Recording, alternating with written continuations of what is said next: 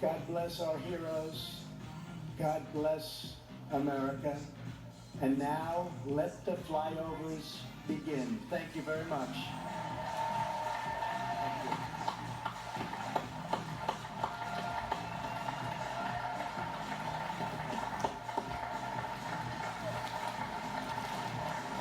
Ladies and gentlemen, please welcome world-renowned air show announcer Rob Ryder as he walks us through our salute of air power from World War II to the future. Please enjoy. Good evening, Mr. President and Madam First Lady and distinguished guests. I'm Rob Ryder, and I'm honored to be your narrator for an aerial review to celebrate our Independence Day. Our flyovers tonight will showcase air power across time. Look at the screens and look above. Representing World War II, after we were brought into World War II by the bombing of Pearl Harbor. Approaching first, two very important airplanes known as C-47s. They were the military designation for the Douglas DC-3, the airliner that changed the way America traveled. Carrying 28 paratroopers, they were also involved in the D-Day invasion, over 1,000 of them in that operation alone on June 6, 1944. Over 10,000 of these aircraft were built. Following that, as we move from heritage to horizons and continuing in World War II, one of the most famous aircraft of all time. You can see it in the center of this formation. It is the Boeing B-17 bomber. Over 12,700 of these were built, flying daring daylight raids over Europe, bombing targets, military targets and industrial targets in Nazi-held Europe. And on the wings, the escort fighters, among the most well-known aircraft of all time, the North American Aviation P-51 Mustang. Over 15,000 of those were built. They, among others, were flown by the famed Tuskegee Airmen. The Tuskegee Airmen flew 15,000 sorties in Europe and North Africa during the war, earning the name by request. The radial engines on the B-17, the V-12 liquid-cooled Rolls-Royce designed Packard-built Merlin engines powering all of those aircraft.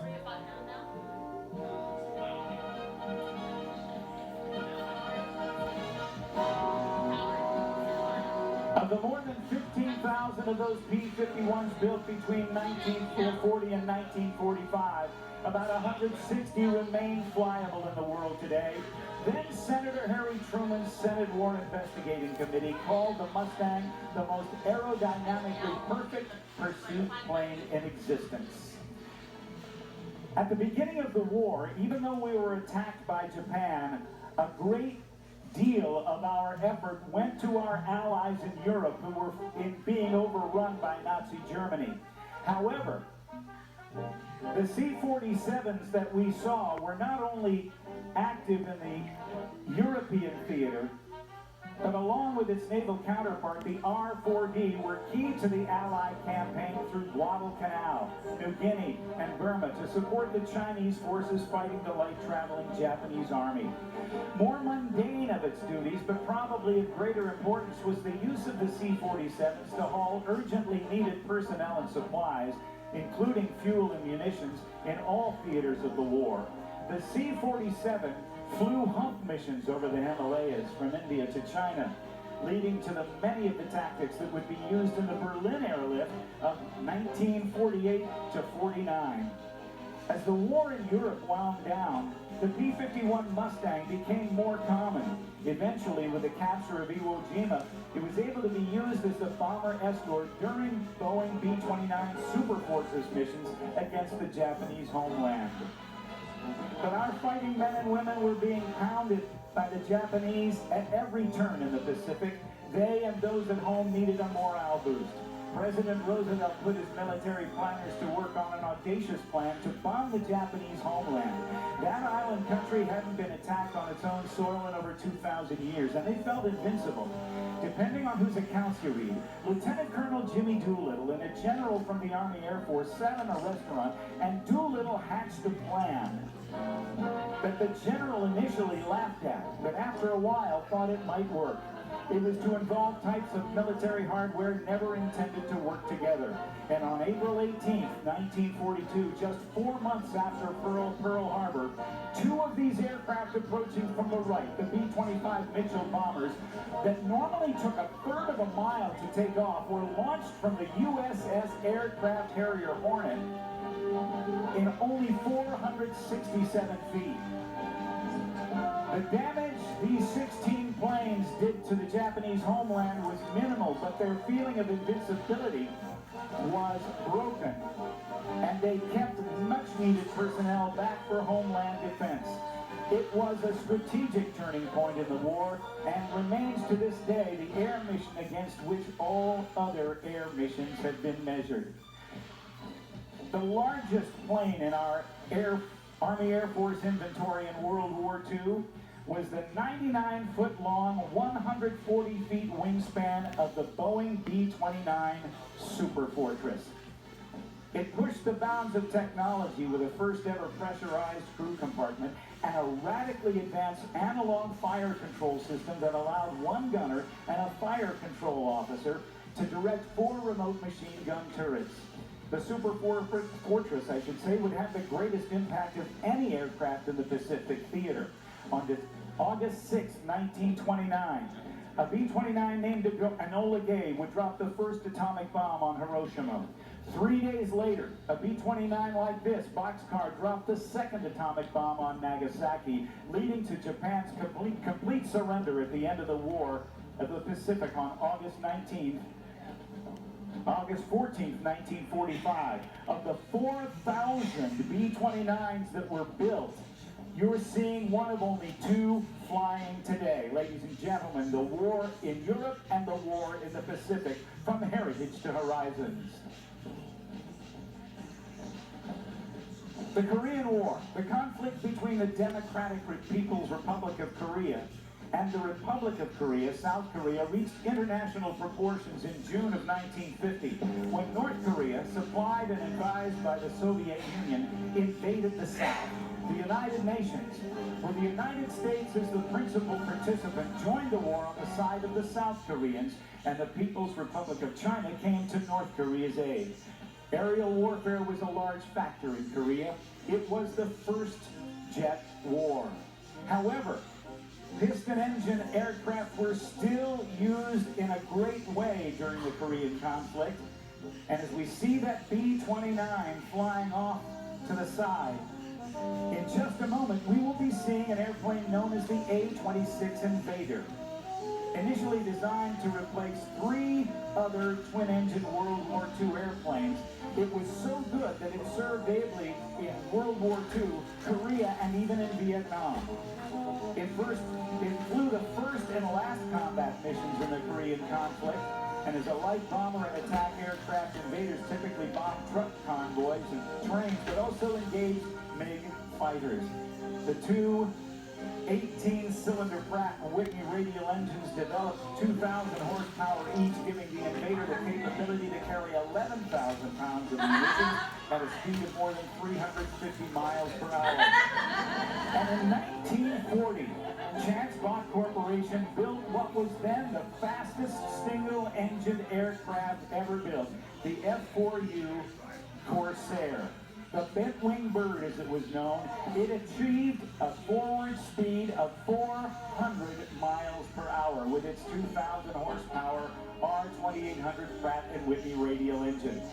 The Japanese soldiers dubbed it Whistling Death because of the sound it made during its ground attack missions. But an air-to-air role, it racked up an impressive 11-to-1 aerial victory ratio against Japanese planes. The Corsair remained in production longer than any other single-engine piston-driven fighter, with the last one coming off the production line in late 1952. In late 1952, September of that year, Marine Captain Jesse Fulmer, flying a piston-driven F-4U Corsair, shot down a MiG-15 jet and was awarded the Silver Star by the President. In all, 12,571 Corsairs were built by Chance Vaught, Brewster Aircraft, and believe it or not, the Goodyear Tire and Rubber Company of Akron, Ohio.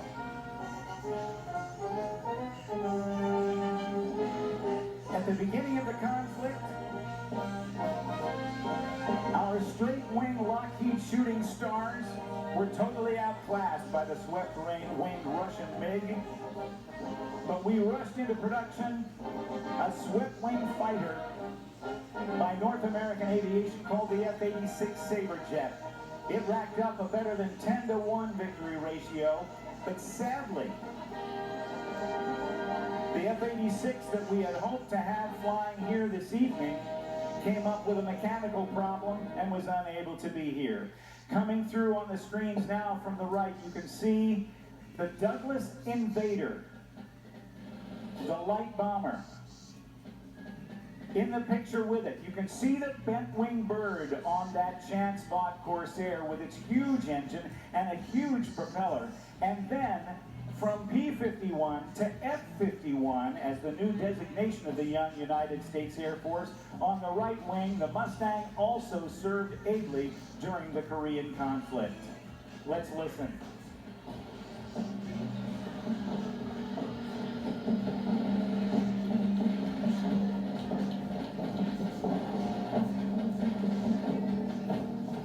Moving on to Vietnam. The Vietnam War pitted the communist government of North Vietnam against South Vietnam. And during the war, the United States relied on the helicopter in combat as never before. It truly became the helicopter war.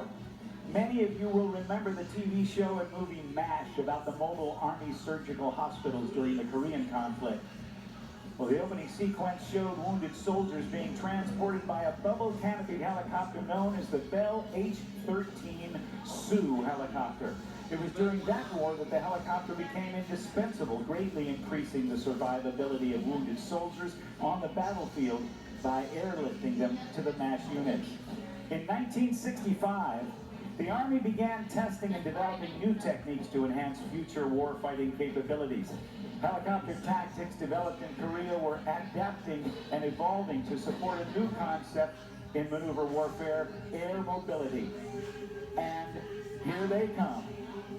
The Huey, the UH-1 Iroquois. An estimated 11,000 took to the skies for almost 19 years. They flew slicks, troop carriers, gunship missions, attack, and dust-off medical evaluation.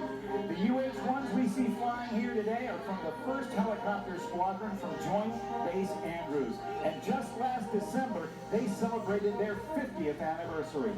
Coming through after that, developed from the UH-1 Iroquois, these are the Cobras, the first helicopter designed from the skids up to be an attack helicopter. And following that, the heavy lift CH-47 Chinook, with an incredible capability to carry nearly 22,750 pounds underneath the aircraft.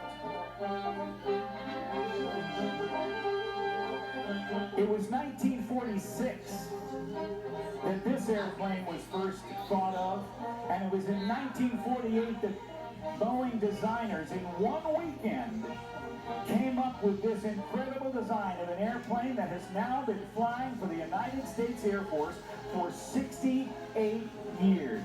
Swept wing, the ability to go over 8,000 miles at speeds of over 600 miles per hour. This, ladies and gentlemen, one of the triad of the Air Force's bomber capabilities, the B-52 Stratofortress.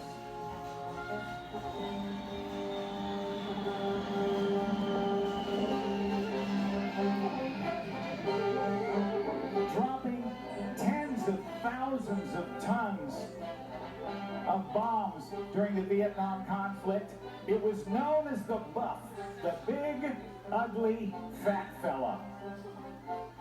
In all, 744 were built. About 75 still remain in service today and is expected to remain so until 2040.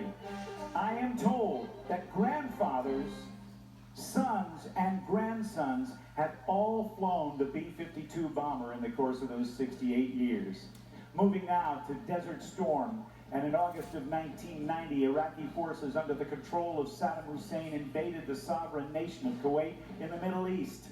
Kuwaiti forces were quickly overwhelmed by the Iraqi Republican Guard divisions, and in the coming months, the United States led a coalition to force the withdrawal of Iraqi forces from Kuwait. And on a dark, quiet morning in January, only feet above the Kuwaiti desert, 8 Apache helicopters from the 101st Airborne Division fired the first shots of Operation Desert Storm. Apaches destroyed 2 Iraqi early warning radar sites, blinding Iraqi radar and air defense forces and setting conditions for the beginning of the larger air campaign by the Air Force and the Navy. The Apache, still the most advanced attack helicopter today, is commonly referred to as a flying tank, able to survive in highly contested environments while inflicting maximum damage to enemy targets day or night in poor weather conditions. Also serving in that war, the UH-60 Black Hawk helicopter by Sikorsky, the Army's utility tactical transport helicopter. The Black Hawk has replaced the famous UAV, the Army's workhorse, and a single Black Hawk can transport an entire 11-person, fully equipped infantry squad into battle. Over the years, the UH-60 has been constantly upgraded with more powerful engines and other improvements. Here come the helos. And as they approach, let me tell you about the next airplanes coming through. Ever since World War I, the first air war, where the average life of a fighter pilot was only 3 weeks, achieving air superiority has been the goal of military planners. An airplane that first flew in 1972 and entered service in 1976 has long been considered an air superiority fighter, the F-15 Eagle. Capable of speeds of more than 2.5 times the speed of sound, Mach 2.5, or for us non-fighter pilots, that's 1,875 miles per hour. The single-seat F-15C and its younger brother, the 2-seat F-15E Strike Eagle, have dominated the skies in any battle situation with power, maneuverability, and a wide variety of weapons. Its kill ratio is unmatched. 104 aerial combat victories and 0 losses. The incredible thrust-to-weight ratio of the Eagle enabled it to set a number of world records, including a time-to-climb record of 98,400 feet. That's 18.5 miles in just under 2.5 minutes. The Strike Eagle utilizes a second crew member and advanced radar and avionics to enable it to become a lethal ground attack aircraft. At the beginning of the Gulf War, Strike Eagles flying at 600 miles per hour, 100 feet above desert sands, used terrain following radar, lights out, to take out Saddam's early warning radars. Overhead now, we see the Apache helicopters, followed by the UH-60 Blackhawks.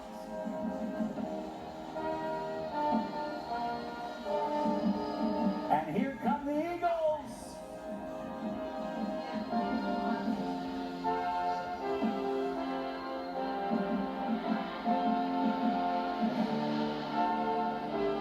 I know a lot of you have your cameras up, but if you don't, how about a round of applause for what we've seen thus far? The events of September 11th, 2001 changed the world and forever reshaped history. Our brave servicemen and women are still committed to keeping Americans safe today, and approaching in just a moment are a few of the many aircraft that have served vital roles in the war on terrorism. Igor Sikorsky, the father of the modern helicopter, overcame significant aerodynamic and physics challenges in his development of rotary winged flight.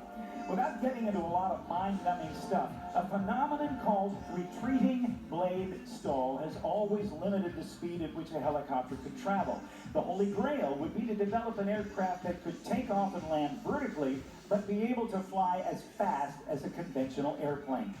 In the 1980s, Bell Aircraft, the same company that developed the MASH helicopter and the Huey and the Cobra, experimented with a very unique concept called tilt rotor, in which large prop rotors would be directly connected to the engines and then rotated vertically for helicopter mode flight and then moved into a horizontal position to attain conventional airplane flight. The result is the MV-22 Osprey, an aircraft that can deliver 24 fully equipped troops to the battle space at speeds of over 300 miles per hour and then land vertically like a helicopter. Its load lifting capabilities are significant, with the ability to carry an internal load of more than 9,000 pounds or 15,000 pounds externally.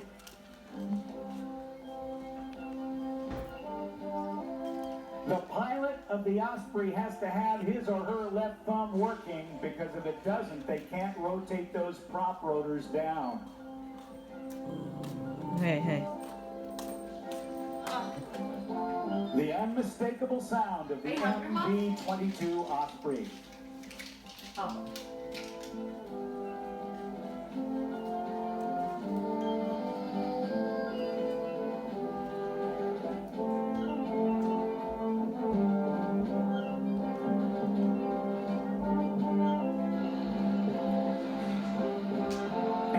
Part of the team fighting the global war on terror is the U.S. Coast Guard, that has the responsibility of patrolling and protecting 100,000 miles of U.S. coastline and inland waterways. In existence since 1790, it's the smallest branch of our military. In fact, the entire active duty force of the Coast Guard could fit into Nationals Park. Here we see, in formation, in the lead, the Sikorsky Jayhawk and the MH-65 Dolphin helicopter. The Coast Guard has also projected its capabilities beyond our borders, performing security and interdiction in the Persian Gulf in 1991 in support of Operation Desert Storm. Carrying the largest conventional payload of both guided and unguided weapons in the United States inventory is the multi-mission B-1B, which along with the B-52 and the B-2 are the three-legged stool of America's strategic long-range bomber force. The B-1 Lancer, or the Bone as it is known, look at this. A 181-foot wingspan can fold them back to 78 feet.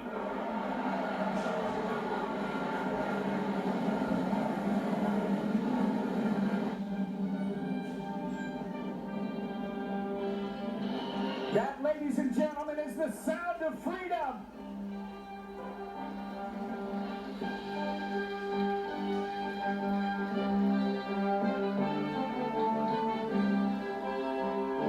And only a few airplanes were so successful that their names were passed down to a second generation of aircraft. And the two airplanes built on Long Island had that distinction. From World War II, the Republic P-47 Thunderbolt, and 30 years later, the Fairchild Republic A-10 Thunderbolt II. Built for close air support, flying low and slow, the Warthog was built around a very potent 7-barreled cannon, the GAU-8 Avenger, firing 30-millimeter shells the size of Coke bottles at a rate of 4,000 rounds per minute. That's 65 rounds each second. It totally earned its name, Tank Killer. The future is now. Since the early days of aviation, air crews have wanted to get more gas without having to land and keep going. Early attempts to refuel in midair involved a guy standing on the wing of an airplane while another flew overhead, dangling a hose. But over the years, the art of aerial refueling, or if I may use the indelicate phrase, passing gas, has become refined. Since just after World War II, though, there have been basically only 3 different airplanes from the Air Force tasked with the job of mid-air refueling. One of those, the KC-135 Stratotanker, has been in service since the late 1950s, but it is going to be replaced with a new KC-46A Pegasus. It may look familiar to you because it's based on the Boeing 767 airliner. Passing gas at 1,200 gallons per minute, 25% faster than the old KC-135. It's a marvel of modern technology. It's kind of like going from a car with a cassette player, you remember those, to a brand new vehicle with Apple CarPlay.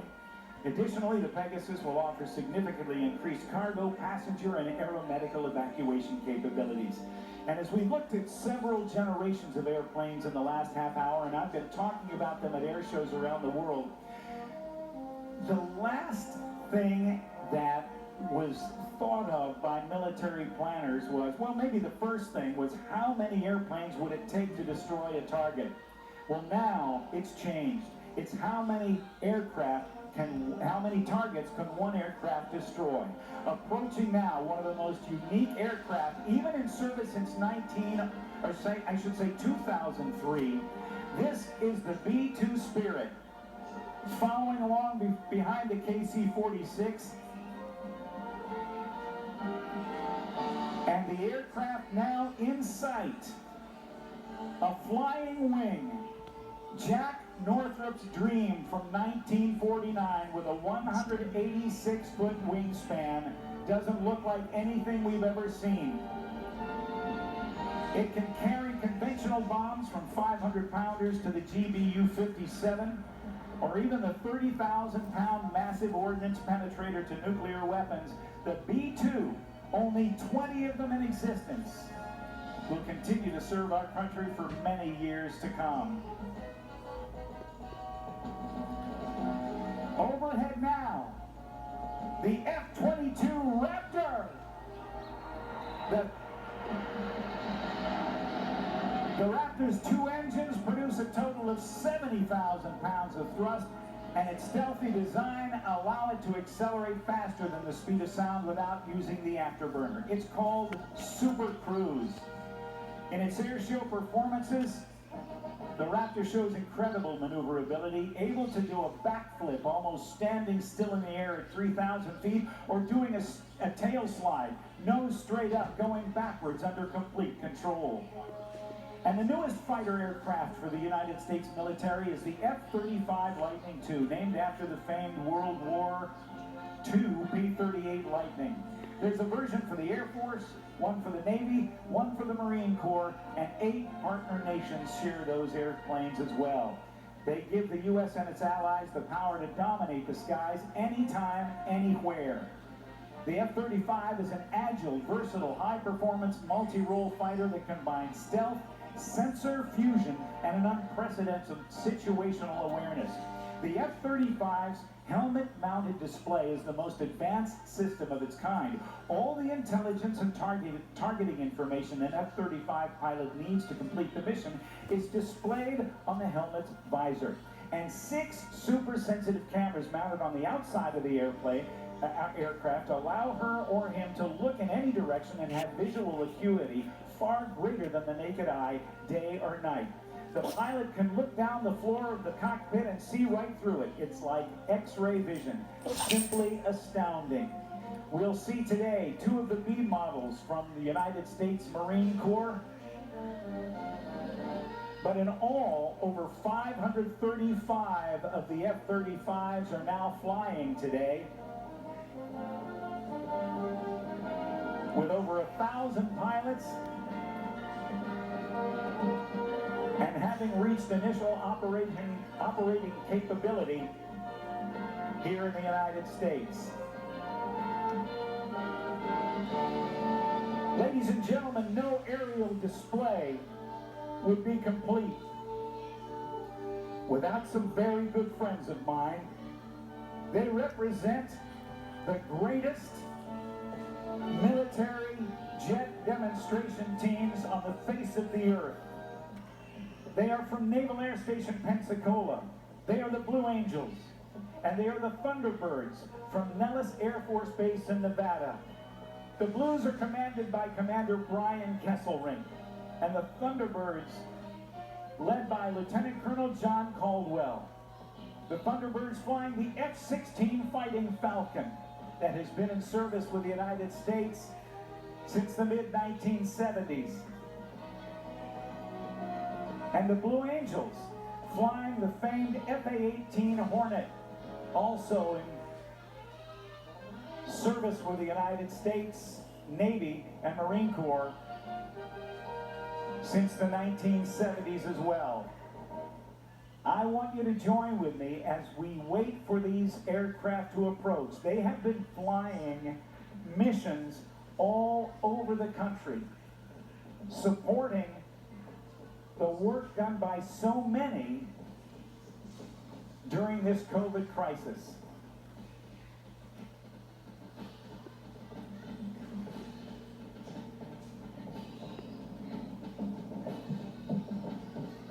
The Blue Angels exemplify the Navy values of honor, courage, and commitment.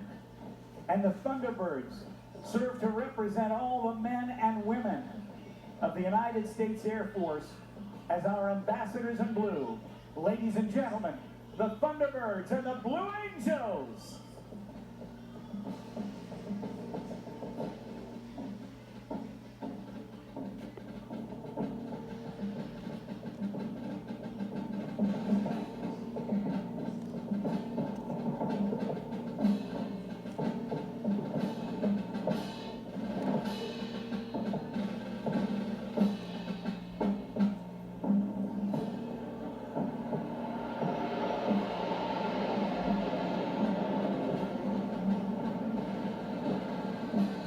Put your hands together for the Blues and the Birds.